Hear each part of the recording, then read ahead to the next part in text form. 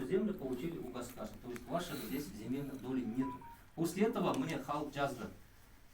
Неге областной апелляционный суд, когда вот первый суд выиграли, кто-то, как Саханов деген, обходил дома.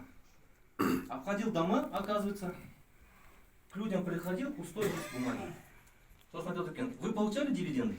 Да, получал. Қолыңызды қойып жіберіңіз деді. Пустой лист.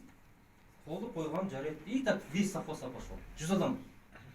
Арасында 1 жыл болды жинаған. Міне қараңызшы қалай. Почему? Потому что Абекенов папасы қайтты. Суд отменили, да, на время? И он остановился. Тоқтатты несін. Почему это? Он бізге кісілер айтты. Сосын я спрашивал, к вам кто приходил? Вы это видели? К нам приходил Юрий Шанрак. Ну как Юрий Шанрак? Может, Сахаров Бақтыбай? Нет. Вот в прошлом году Юрий Шанрак. Мне мыналар бар екен, мыналар. Оказывается, жартысын Сахаров жинаған, жартысын жаңағы закончил Шанрак юрист. И айтады екен, дивиденды получали? Да, получали. Хорошо, все.